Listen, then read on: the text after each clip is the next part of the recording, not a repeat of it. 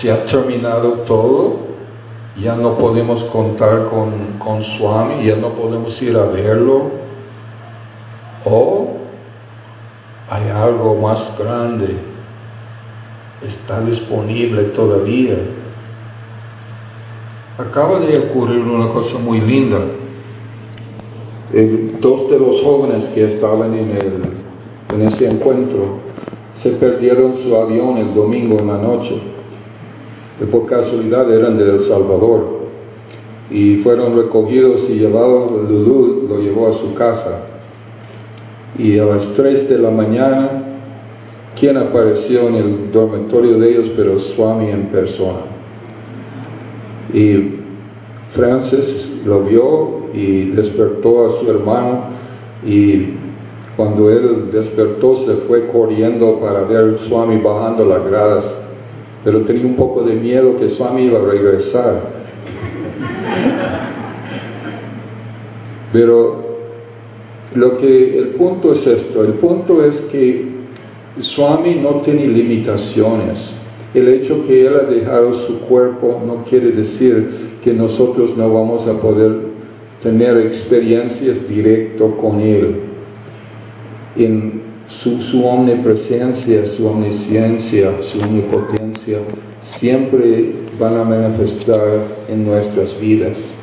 Y Él está esperando que nosotros volcamos nuestras mentes, nuestros esfuerzos, nuestra devoción, nuestro amor hacia Él. Y entonces, nuevamente es tomar un paso hacia Él, y Él tomaría 10 hacia nosotros o más. Y esa es una cosa maravillosa. Cuando estaba ahorita en la conferencia de los jóvenes, notaba que algunos de ellos, cuando hablaron, estaban muy inseguros. Y yo recordaba una experiencia que yo tuve con Sai Baba hace muchos años, a donde había dado permiso, Swami me invitó de entrar en su casa en Whitefield. Y era mi primera vez que estaba en la casa en Whitefield. En las noches Swami invitaba a sus estudiantes y a alguno que otro de los mayores de entrar en la casa y escuchar un satsang que Swami daba, y a veces que pedía a los estudiantes que también hablaran. Entonces yo me encontraba en la casa de Swami y qué bonito, estaba viendo las paredes, que todos tallados en una madera muy lindo. Cuando uno entra en un lugar por primera vez, como uno está mirando todo, y de repente Swami me llama y me dice, habla con los estudiantes. Oh, Sai Ram. What, Swami? ¿Qué? Los jóvenes en la conferencia ahorita no eran ni la mitad de inseguros de lo que yo era esa noche cuando Swami me dijo que tenía que hablar ante los estudiantes. Pero eso de hablar en público es algo muy, muy importante, y todos los jóvenes deberían prepararse bien para hablar en público. Esa noche que tuvo que hablar a los estudiantes era posiblemente mi peor presentación en mi vida, porque no decía casi nada. Pero aprendí algo, y eso era de que uno tenía que estar preparado para hablar y para poder expresar.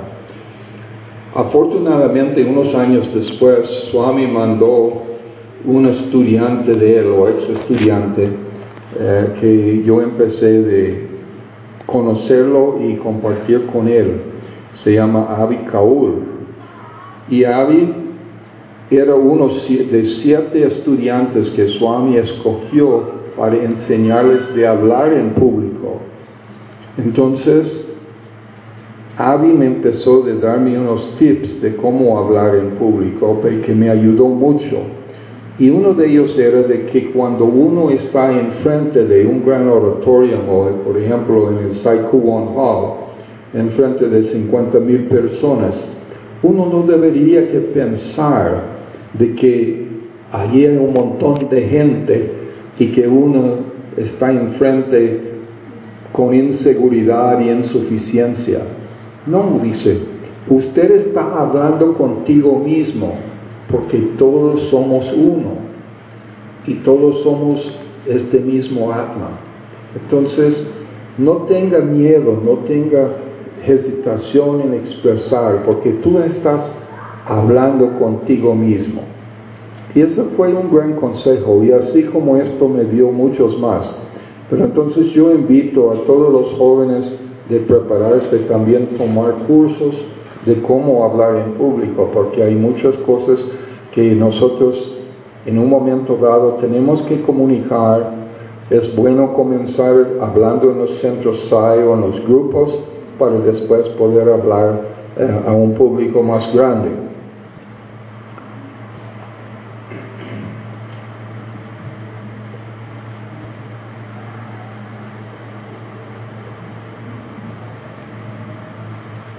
Otro consejo porque veo muchos de los jóvenes aquí, pero también este consejo es para adultos.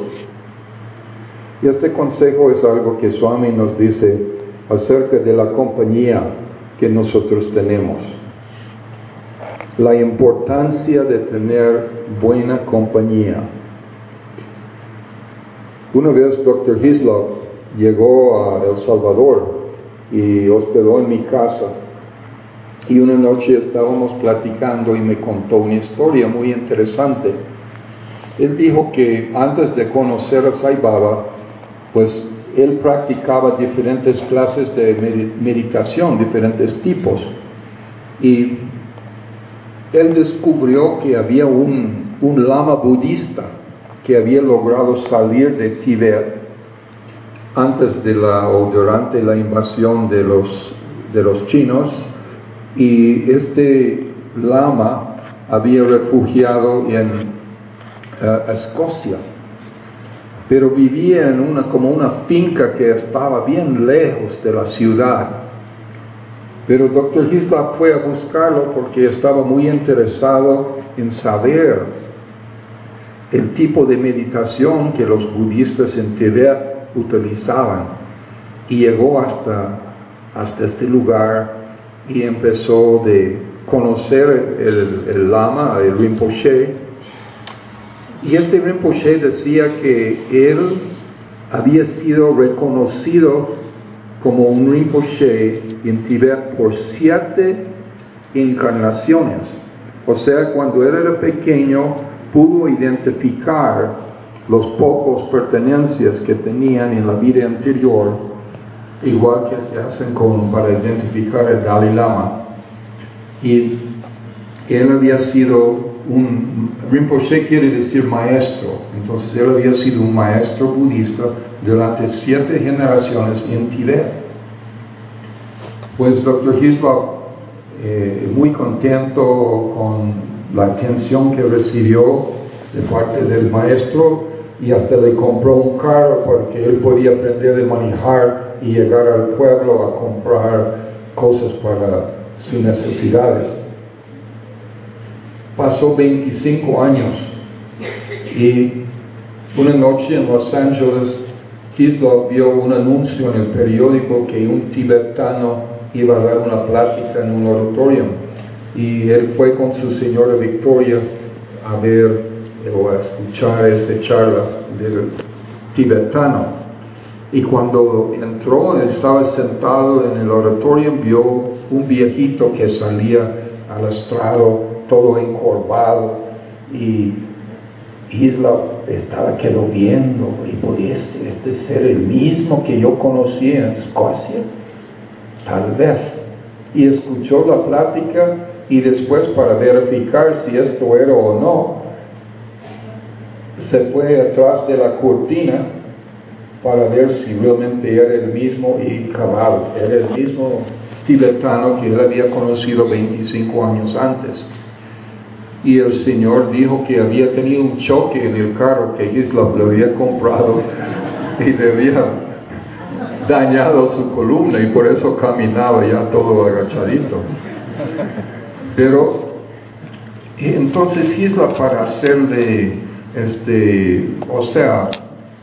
amistosamente le preguntó a dónde iba de allí de Los Ángeles, y el Señor dijo, pues mañana voy a San Diego porque tengo que dar una charla en San Diego. Entonces en este tiempo Isla vivía en Baja California y él iba para allá, y entonces dijo, pues si quiere yo lo llevo a San Diego mañana, dígame a dónde está hospedado, y el Señor dio el nombre de un motel, y entonces quedaron de recogerlo en Hislop y Victoria a pasar por él en la mañana. Cuando llegó al motel, Hislop entró en la oficina y pensó como cortesía que le iba a pagar la cuenta del Señor, y le pidió la cuenta, y cuando le pasaron la cuenta había una botella de whisky en la cuenta. Pues Hislop no estaba en una posición para decir que era un error, porque no era posible que el Señor está tomando whisky, pero pues pagó la cuenta y punto. Pero cuando salió el amigo, el tibetano, salió con una muchacha de esos de los bares de Inglaterra, ¿no? En el brazo, ¿no? Con él. Y cuando iban para San Diego, la famosa botella de whisky se dio vuelta en el carro, y si era verídico, quizás era de la muchacha.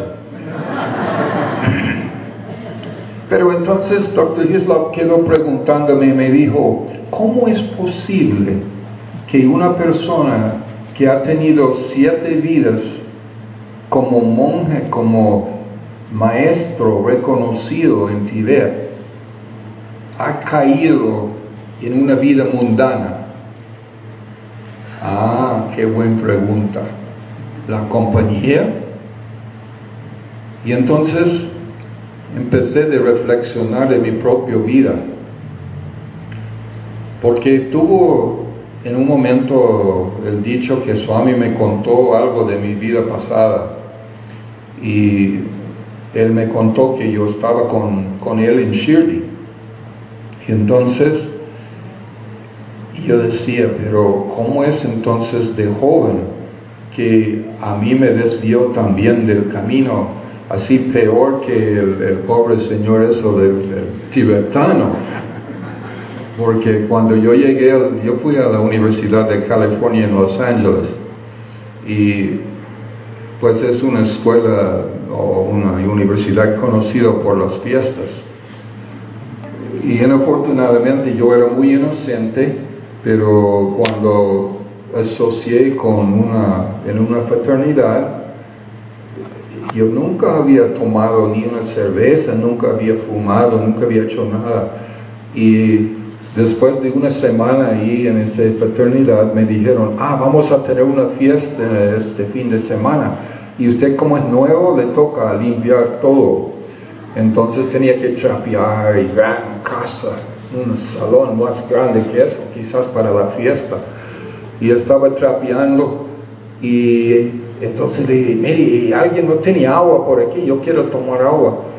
Y uno de los miembros me dijo, mire, tome ese es como un fruit punch, es champán. Y destaparon la botella. Yo nunca había tomado champán, y tomé un poquito, y me parecía como un fruit punch, ¿no? Y yo tenía mucho sed. Y al rato el cuarto estaba haciendo loop mambo, y eso ya era el fin de la fiesta. Pero esa compañía que yo pesqué en la universidad no me ayudó en nada, y afortunadamente pues Swami me sacó de todos esos malos hábitos que yo adquirí en la universidad cuando tenía pocos años de estar casado. Pues yo creo que la niña Rosita me ayudó, aunque yo había dejado de fumar antes de esto. Pero la compañía entonces que nosotros tenemos es muy importante. El hecho que nosotros hemos conocido a Swami y que hemos estado con Swami y que estamos practicando disciplinas espirituales, no es una forma de decir que somos exentos de la mala compañía. Entonces, especialmente los jóvenes, tengan mucho, mucho, mucho cuidado. Me gustaría compartir otra historia sobre las pruebas. Satya Sai Baba siempre presenta pruebas a sus devotos. Él habla del clavo que nosotros ponemos en la pared, y él dice que si su fe es firme, entonces se va a mover el clavo para ver si está bien puesto o si se va a caer. Y esas son las pruebas que él nos da. Pues una vez en Prashanti había una conferencia de educación y valores humanos, y al principio el patrocinador iba a ser UNESCO junto con la organización SAI. Después UNESCO se retiró, pero nuestro deber era de invitar a las ministras y ministros de educación de los diferentes países para que ellos pudieran conocer el programa de educación en valores humanos. Y yo también estaba pensando en este tiempo, pues qué bonita manera de incorporar a Cuba, como legalizar la organización SAI en Cuba, porque Fidel Castro lo había cerrado la organización y no lo podíamos ni registrarlo para que ellos pudieran reunir libremente. Y entonces pensé, si le invito a la ministra de Educación de Cuba, entonces ella va a conocer todo esto, y qué lindo va a ser, porque va a hablar con Fidel y decir, mire, esta organización es 10, hay que permitir que se inscribe y que se reúnen. Pues pregunté a Swami, ¿podemos ir a Cuba a invitar a la ministra? Entonces Swami dijo que sí. Y Swami, ¿cuándo debimos que ir? ¿En qué fecha? Entonces Swami pretendía que estaba pensando, y después dijo, al fin del año, me dijo. Pues la ministra iba de vacaciones el 18 de diciembre. Entonces nosotros, yo con Rosita, teníamos tiquetes para ir a Cuba el 15 de diciembre. Pero como el 12 de diciembre un niño había escapado en una balsa y lo habían rescatado los gringos, Ilian, y lo llevaron a Miami con sus abuelos. Su mamá había ahogado en esa tragedia del escape, pero su papá estaba en Cuba. Entonces Fidel dijo, yo quiero a este niño de regreso. Y los gringos decían, ya lo tenemos aquí, está con sus abuelos y no lo vamos a soltar. Y después Fidel dijo, espera que yo agarre un gringo y yo lo voy a canjearlo por el niño. En aquel tiempo yo solo tenía pasaporte gringo.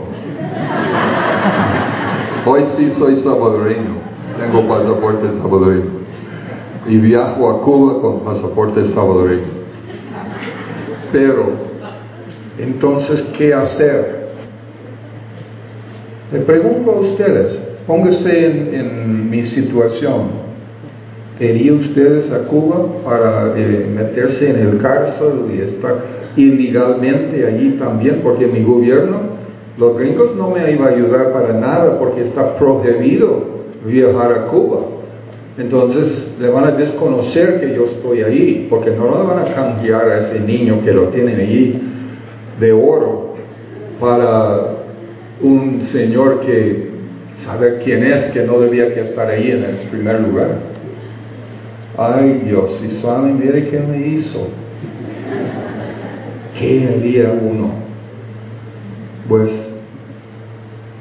fallé en la prueba, no fui. No llevé a la niña Rosita tampoco. Pero cuando uno falla la prueba, Swami no llega a decir, usted ha fallado.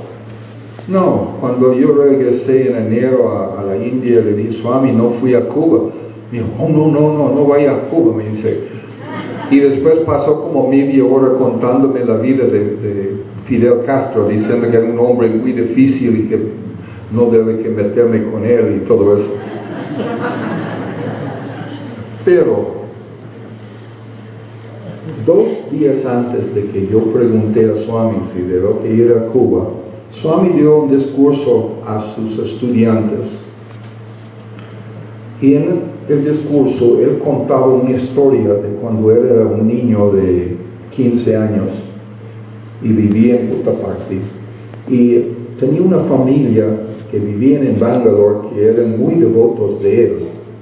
2 hijos varones y mamá y papá, que llegaba a dormir abajo de los palos allí en el viejo mandir, y ellos parían y buscaban leña para la fogata y hacía cualquier servicio que ellos podían para ayudar a Swami.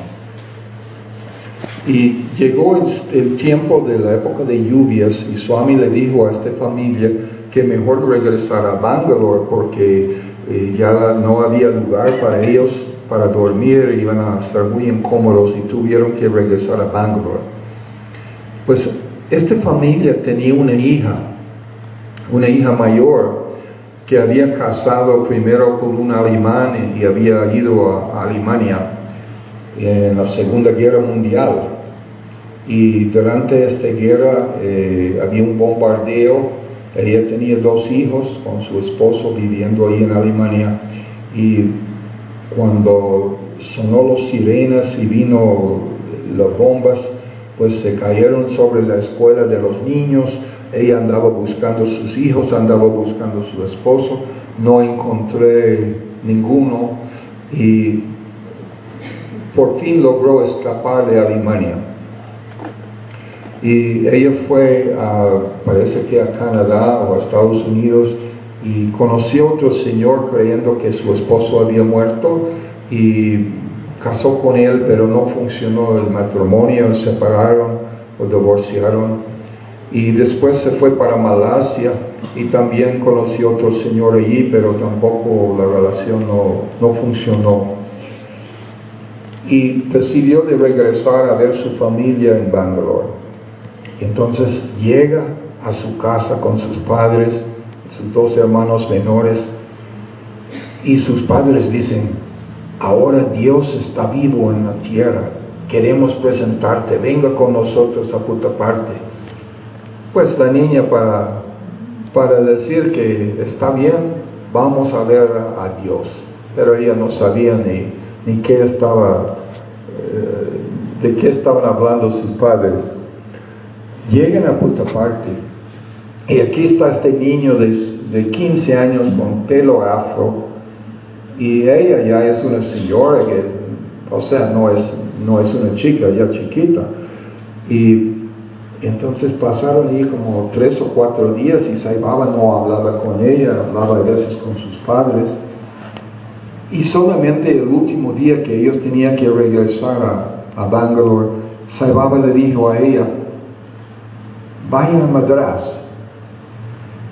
Y entonces ella pensó, qué raro, yo no conozco a nadie en Madras. Pero cuando regresaron a Bangalore, entonces su madre y su padre dijeron, bien, vamos a ir al training y le compramos el tiquete para que tú vayas para Madras. Y están locos ustedes, que este niño me va a decir que vaya a Madras. Si yo no conozco a nadie en Madras, ¿para qué voy a ir a Madras? Y su mamá decía, no, pero Él es Dios, y si Él dice algo, hay que hacerlo. Y la muchacha dice, no, yo no voy a ir a Madras, si yo ha venido a visitar a ustedes, yo quiero pasar con ustedes. Entonces Por fin su mamá dijo: mire, hija, si no hagas otra cosa en tu vida para mí, váyase a Madras, por favor. Entonces, por fin lo convencieron, lo llevaron al tren, compraron el tiquete y ella se fue para Madras. Llegó a Madras, se bajó del tren, se queda viendo por allá, no ve a nadie, no ve a nada. Entonces, ya llegué a Madras, entonces ya terminé. Se fue a comprar el tiquete de regreso y se montó en el mismo tren y se fue para Bangalore otra vez.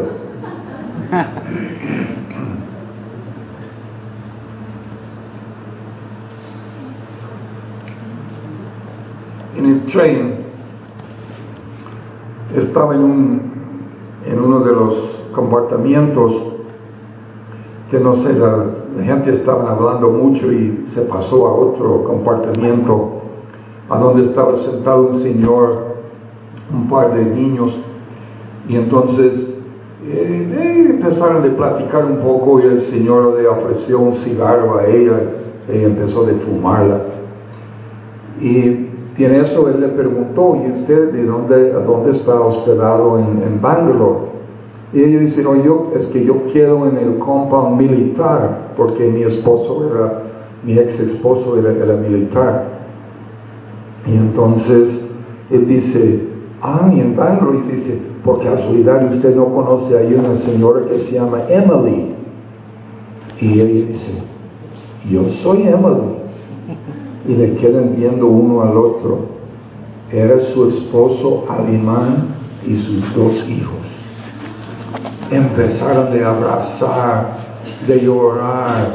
Pasó el conductor para recoger los tiquetes y que si había algún problema. Y dice: no, estamos felices, y llorando de felicidad. Entonces Swami le dijo a los estudiantes, para terminar su charla, le dijo: cuando yo le digo algo a ustedes, deberías seguir mis instrucciones, pero si no lo sigues, no te va a pasar nada, pero si sigues, algo va a pasar. Entonces, estas son las pruebas. Cuando nosotros recibimos estas pruebas, tratan de tener fe de que está diseñado específicamente para nosotros, y aunque las cosas parecen imposibles, pues aceptarlos y ir con ellos. Voy a terminar con una última experiencia que le he contado anteriormente, pero siempre me gusta contar esta experiencia porque es tal vez el único vez que realmente sí pasé la prueba.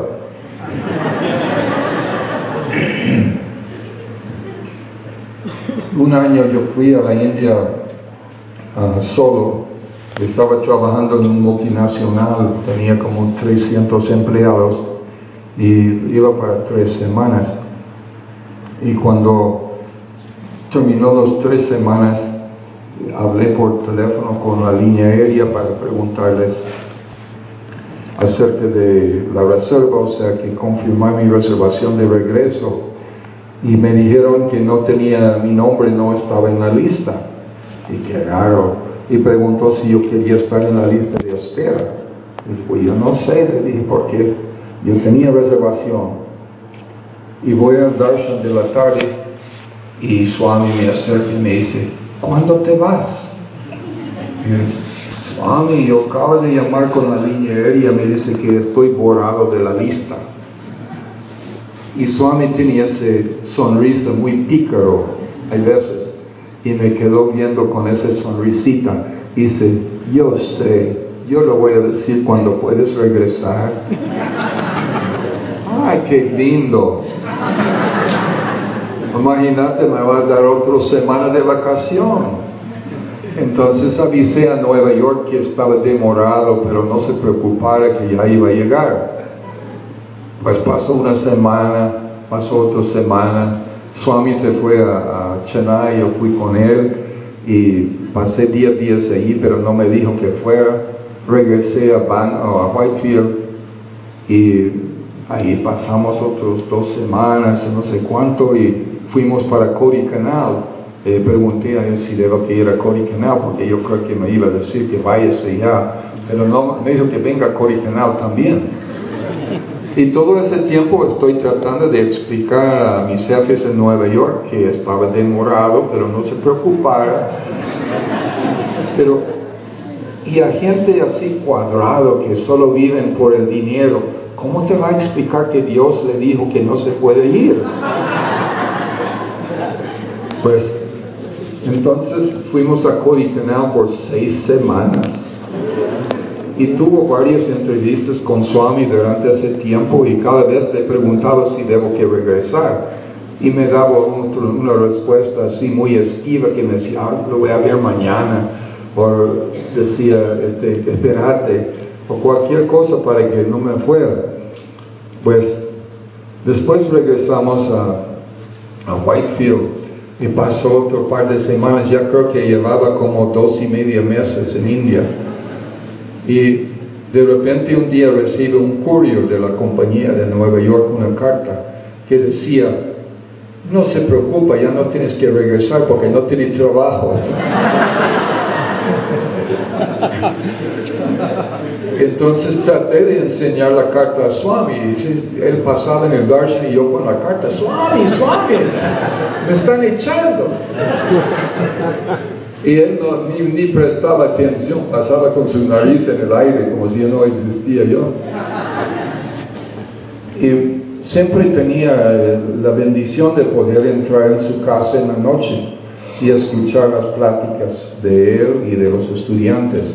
Ya no me pedía que hablara porque como la primera vez que estaba tan horrible que ya estaba exento de tener que hablar ante los estudiantes. Pero una noche él dio una plática sobre lo que hacen los avatares en términos de dar instrucciones a sus devotos. Él decía que el avatar no necesariamente dice exactamente al devoto lo que tiene que hacer. Muchas veces él manda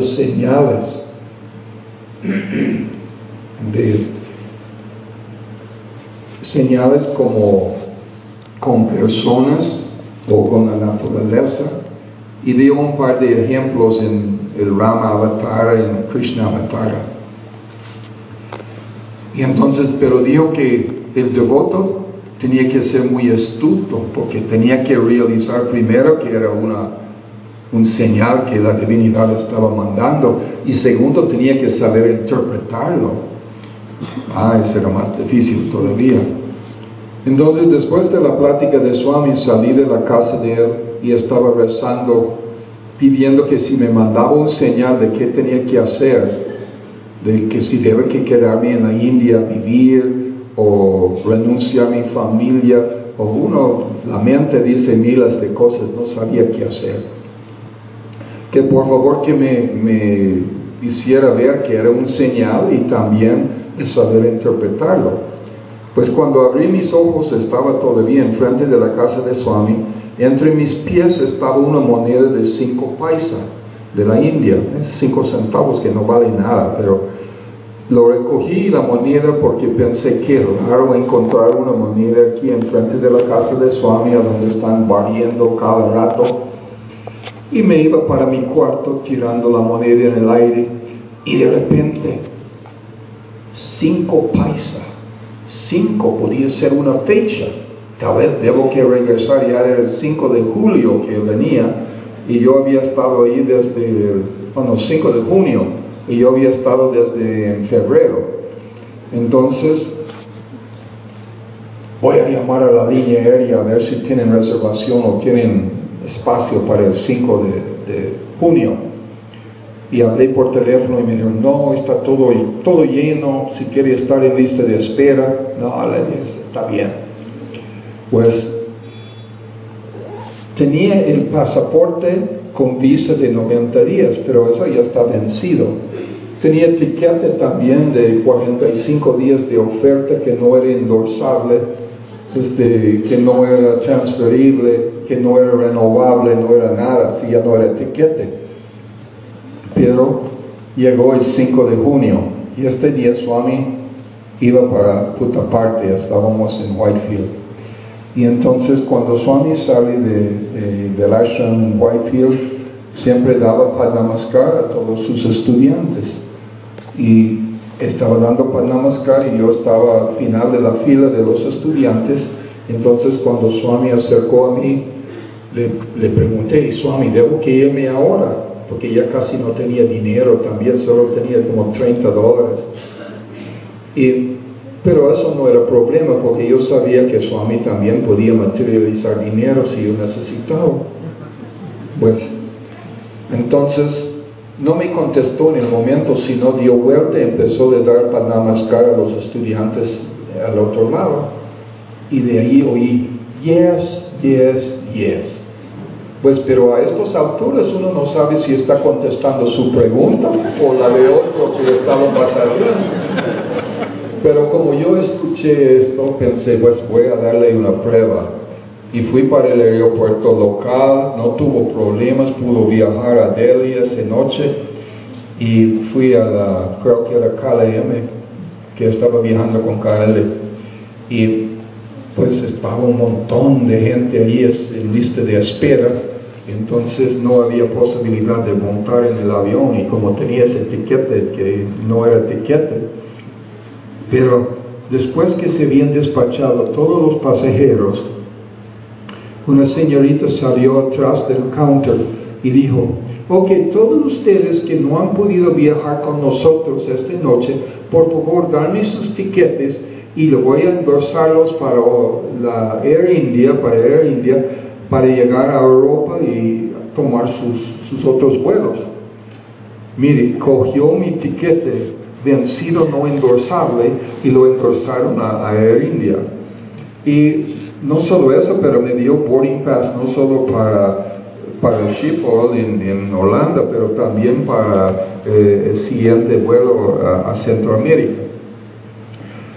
Cuando llegué a Europa, hablé por teléfono con mi jefe en Nueva York y le dije: mire, estoy regresando, voy a pasar por la oficina el lunes a recoger mi último cheque y voy a hablarle de allá de la oficina.